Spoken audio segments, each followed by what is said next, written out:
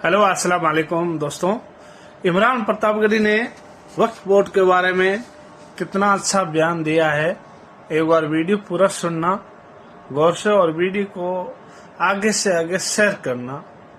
दोस्तों, ये भाजपा सरकार क्यों इतना मुसलमान लोगों को परेशान कर रही है।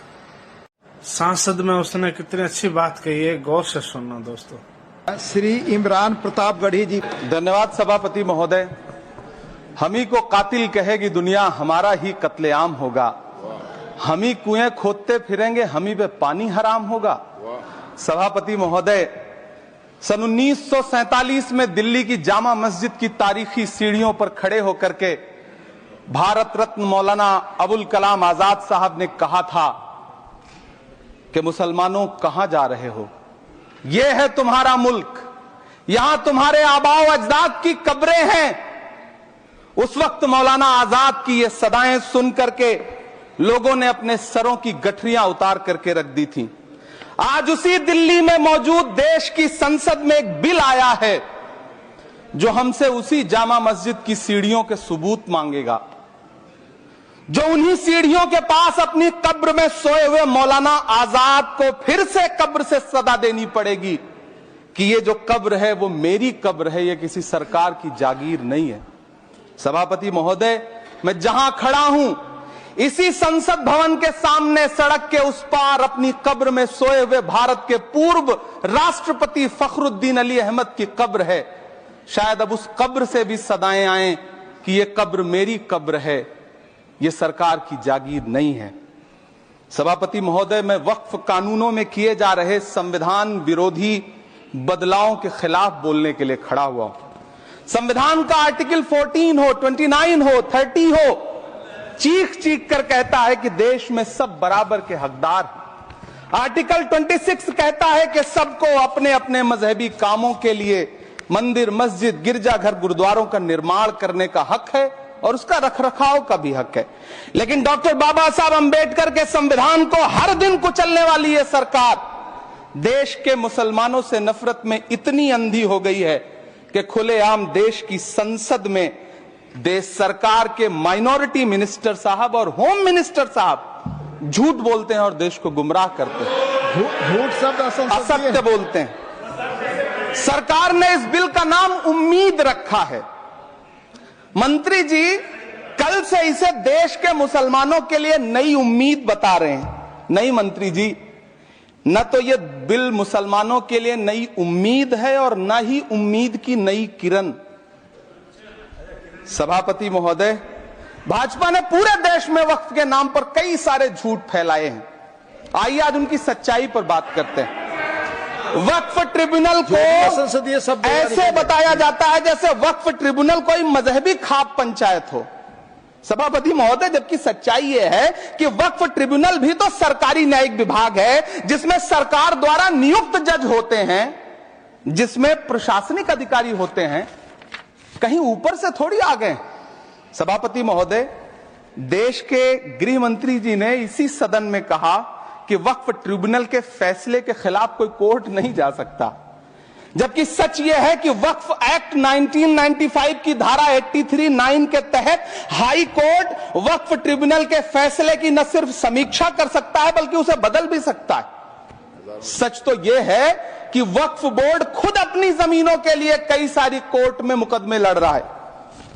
सभापति महोदय, दिल्ली की जिन 123 संपत्तियों को लेकर कल माइनॉरिटी मिनिस्टर, होम मिनिस्टर साहब और अभी आदरणीय नेता सदन बात कर रहे थे, आइए उनकी सच्चाइयों पे भी बात करते हैं। 1911 में जब अंग्रेजी हुकूमत ने कोलकाता के बजाय दिल्ली को राजधानी बनाने का फैसला किया तो रायसीना हिल्स के चारों तरफ जो मुसलमानों की ढेर सारी जमीनें थी उनको एक्वायर किया गया और लुटियन को इसकी तामीर की जिम्मेदारी सौंपी गई। सेंट्रल विस्टा की तरह लुटियन जोन का मेगा प्लान तैयार हुआ। लेकिन उस वक्त के मुसलमानों ने उस वक्त की अंग्रेजी हुकूमत से अपनी इबादत गाहों को बचाने के लिए लड़ाई लड़ी। मामला ब्रिटिश गवर्नमेंट तक पहुंचा। तब यह तय हुआ कि वो जो धार्मिक स्थल हैं उन्हें जस का तस रहने दिया जाएगा। इंडिया गेट के बगल वाली मस्जिद हो जाप्तागंज, सुनहरी बाग मस्जिद हो, पार्लियामेंट रोड वाली मस्जिद हो, ऐसी 123 संपत्तियों के मैनेजमेंट के लिए 1913 में मुसलमान वक्फ वैलिडेशन एक्ट बना और उसके बाद एक नया शहर बसाया गया जिसे लुटियंस जोन का नाम दिया गया। फिर 1943-45 के बीच एक और समझौता हुआ आजादी से पहले, उसके तहत काफी सारी वक्फ जायदादों को सुन्नी मजलिस औकाफ बनाकर उसके अंडर किया गया ताकि उसकी देखरेख की जा सके।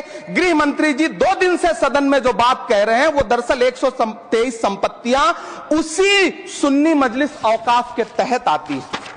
सभापति महोदय, आजाद भारत आजाद हुआ। आजादी के बाद भारत में 1954 में वक्फ एक्ट लागू हुआ, जिसकी धारा 9 के तहत 1964 में केंद्रीय वक्फ काउंसिल का गठन हुआ। दिल्ली की वही 123 प्रॉपर्टीज को 1970 में सर्वे गजट करके गजट नोटिफाई किया गया। इसके निपटारे के लिए पूर्व प्रधानमंत्री इंदिरा जी के द्वारा 1974 में एक बर्नी कमेटी बनाई गई। बर्नी कमेटी ने 1976 में इन 123 संपत्तियों को दिल्ली वक्फ बोर्ड की संपत्ति होने की रिपोर्ट सौंपी। उस रिपोर्ट के आधार पर 1984 में कांग्रेस सरकार ने उन 123 प्रॉपर्टीज को दिल्ली वक्फ बोर्ड को सौंपने का फैसला किया, जिसके खिलाफ विश्व हिंदू परिषद कोर्ट गई। मामला 2011 तक पेंडिंग रहा। फिर 2011 में कोर्ट ने सरकार को आदेशित किया कि इसका निपटारा करो। तब 2013 में तत्कालीन यूपीए सरकार ने दिल्ली की उन्हीं 123 जायदादों को बर्नी कमेटी की सिफारिशों के मुताबिक वक्फ बोर्ड के हवाले किया। यही वो प्रॉपर्टीज हैं जिनके नाम से गृह मंत्री जी कल से कांग्रेस को कोस रहे हैं। फिर आई 2014 में भाजपा की सरकार, जो तब से इन जमीनों को हड़पने की साजिश कर रही है। जिस बिल को मुसलमानों के हुकूक की हिफाजत करने वाला बिल बताया जा रहा है, उसी को पेश करने के लिए और उस पर बात करने के लिए लोकसभा में भाजपा सरकार के पास एक भी मुस्लिम सांसद नहीं है। जिस वक्त, मैं लोकसभा कह रहा हूं, सुना करिए, जिस वक्फ बिल को मुस्लिम महिलाओं को हक दिलाने वाला बताया जा रहा है, उसे संसद में पेश करने वाली पार्टी के पास न तो राज्यसभा में, न लोकसभा में, न देश की किसी विधानसभा में एक भी मुस्लिम महिला सदस्य नहीं।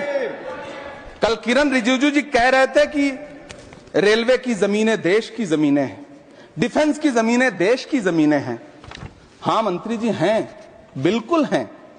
ये जो वक्फ की जमीनें हैं, ये हमारे पुरखों ने धार्मिक कामों के लिए डोनेट किया है, तो हम भी तो इसी देश के नागरिक हैं, हम भी तो इसी देश के बेटे हैं, तो वक्फ की जमीनें भी तो इसी देश की जमीनें हैं। उनको पराया क्यों बोलते हैं आप?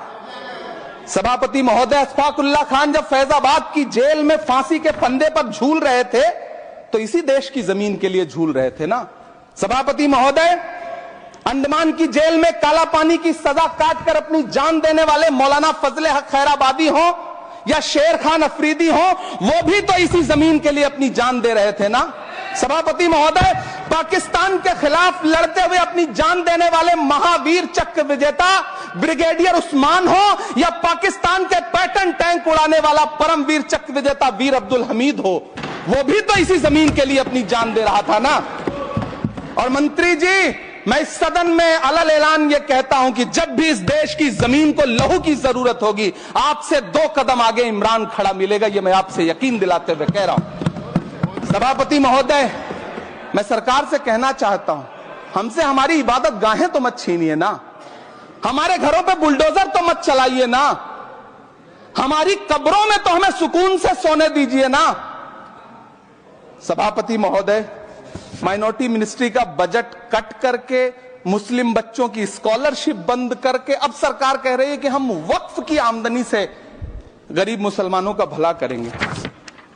गुजरात की बेटी बिल्किस के बलात्कारियों की रिहाई के बाद उन्हें माला पहनाने वाली लोगों के नेता ये कह रहे हैं कि यह बिल मुस्लिम महिलाओं को उनका हक दिलाएगा।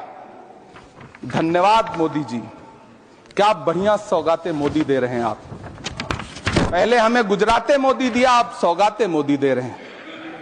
लेकिन यह सरकार इतना याद रखे कि इसी ठसक के साथ देश की संसद में सीए का कानून भी लाया गया था और कहा गया था बड़े बड़े भाषण देकर के कि पड़ोसी देशों से हिंदू भाइयों को ला करके यहां नागरिकता दी जाएगी। लेकिन मैं आपके संज्ञान में लाता हूं सर कि पिछले इतने दिनों में इनसे नागरिकता लेने के लिए 2000 व्यक्ति भी नहीं आए, जबकि इसके उलट इन्हीं की सरकार में पिछले 10 साल में 15 लाख से ज्यादा भारतीयों ने भारत की नागरिकता छोड़ करके दूसरे देश में जाकर के बस गए। यह हुआ उस कानून का अंजाम। सभापति महोदय, इसी तरह की जिद के साथ किसानों के खिलाफ भी कानून लाए गए थे। जिस तरह आज वक्फ के फायदे गिनाए जा रहे हैं, उसी तरह से किसानों को भी कृषि कानूनों के फायदे गिनाए गए थे। लेकिन अंजाम क्या हुआ? 700 किसानों की शहादत लेने के बाद सरकार को अन्नदाता किसानों के सामने घुटने टेकने पड़े और कृषि कानून वापस लेने पड़े। जिल्ले इलाही, जमहूरियत जो है वो नफरत और ठसक से नहीं चलती है, अकड़ से नहीं चलती है, उसमें सबकी हिस्सेदारी जरूरी है। कल देश के माइनॉरिटी मिनिस्टर ने लोकसभा में खड़े होकर एक शेर सुनाया था कि मुझसे कोई बदगुमान न हो, तो मैं उन्हें एक शेर सुनाना चाहता हूं कि मैं आज जद पे हूं तो इतना खुशगुमान न हो, मैं आज जद पे हूं तो इतना खुशगुमान न हो, चराग सबके बुझेंगे हवा किसी की नहीं। नीतीश कुमार जी हो, चंद्रबाबू नायडू जी हो, चिराग पासवान जी हो, जयंत चौधरी जी हो, देवे गौड़ा जी हो, जीतन राम मांझी जी हो, सबको समझना पड़ेगा कि जब जंगल में आग लगती है तो न वो बरगद बचते हैं जो हवा को आंधी में तब्दील करते हैं, न वो बांस बचते हैं जो आपसी रगड़ से चिंगारी पैदा करते हैं। सभापति महोदय, जब देश को मनमोहन सिंह साहब जैसा काबिल प्रधानमंत्री मिलता है तो देश को आरटीआई जैसा एक्ट मिलता है, सेज जैसा एक्ट मिलता है, मनरेगा जैसा एक्ट मिलता है, लिबरलाइजेशन मिलता है, राइट टू एजुकेशन मिलता है, नेशनल फूड सिक्योरिटी एक्ट मिलता है। लेकिन जब देश को सौगातें मोदी मिलती है तो क्या मिलता है? सीए मिलता है, फॉर्म्स लॉ मिलता है, आर्टिकल 370 मिलता है, इलेक्टोरल बॉन्ड जैसा एक्ट मिलता है और वक्फ अमेंडमेंट एक्ट जैसे बिल देश को मिलते हैं। मुझे तो अपने हमवतन भाइयों से पूछना है कि आपको अपने बच्चों की तरक्की, खुशहाली और नौकरी की दरकार है या फिर मुसलमानों की दान की गई जमीनों को लूटकर धन्ना सेठों को देने की साजिश करने वाले कानून की? सभापति महोदय, यह सरकार रात के 3 बजे तक पूरे देश को जगा करके संसद में अपने ही नागरिकों को नीचा दिखाने के लिए वक्फ बिल ला रही थी, तो उधर रात के 1:30 बजे अमेरिका हम पर 26% टैरिफ लगा रहा था।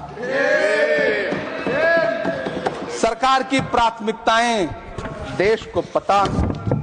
सभापति महोदय, मैं बहुत भावुक हूं आज, और मुझे अच्छा लगा कि आदरणीय नेता सदन जगत प्रकाश नड्डा जी ने बहुत अच्छी बातें भी की, मन से बातें की।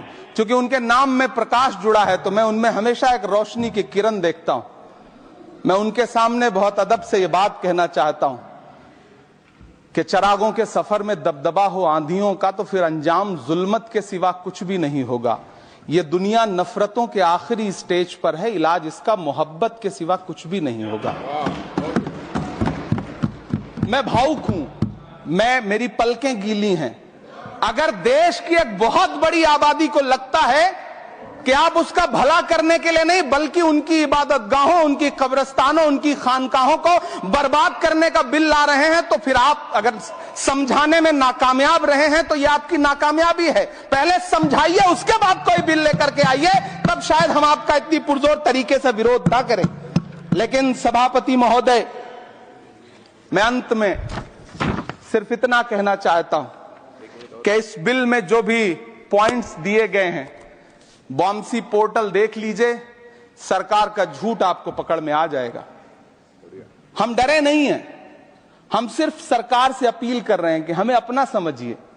हम आपके अपने हैं, इस देश के नागरिक हैं और आप ताकत में हैं। संख्या बल के आधार पर बिल हो सकता है आप पास करा ले, लेकिन आपको यह बात समझनी पड़ेगी कि हम तो वो तारीख हैं, जहनों में रहना है जिसे, कागजी पुर्जे नहीं जो फाड़ डाले जाएंगे। जिस जमी पर मैं खड़ा हूं ये मेरी पहचान है। आप आंधी हैं तो क्या मुझको उड़ा ले जाएंगे? आपको ये बात समझनी पड़ेगी। आपको अगर इतना विपक्ष की तरफ से पहले जेपीसी में इतने सारे पॉइंट्स आए और उसके बाद कल से लोकसभा में और राज्यसभा में सुझाव आप सुनने को तैयार नहीं है, लोगों की शंका को दूर करने के बारे में आप बिल्कुल सोच नहीं रहे, बस आप कह रहे हैं यह बिल उम्मीद की नई किरण है। नहीं साहब, इसे भले किरण जी लेके आए हैं लेकिन ये उम्मीद की नहीं बल्कि नाउम्मीदी की किरण है। और इस देश की एक बहुत बड़ी आबादी इस बात से खदशे में है, शक में है कि आप सीधे उनकी जमीनों को लूट करके धन्ना सेठों को बेचना चाहते हैं। मेरी अब भी आपसे अपील है कि इस बिल को वापस लीजिए। यह बिल कहीं से आपके अपने नागरिकों के लिए अच्छा नहीं है। यह बिल सिर्फ इस देश के मुसलमानों को नीचा दिखाने का और अपने एक ऐसे मतदाता वर्ग को खुश करने का बिल है जिनको इस बिल के पास हो जाने से कुछ मिलेगा भी नहीं। लेकिन आप एक नैरेटिव देना चाहते हैं, एक मैसेज देना चाहते हैं। मेरी आपसे अपील है कि कृपया ये जो सबका साथ सबका विकास का नारा है, इस नारे को रत्ती भर तो चरित्रार्थ कर दीजिए। बहुत बहुत धन्यवाद।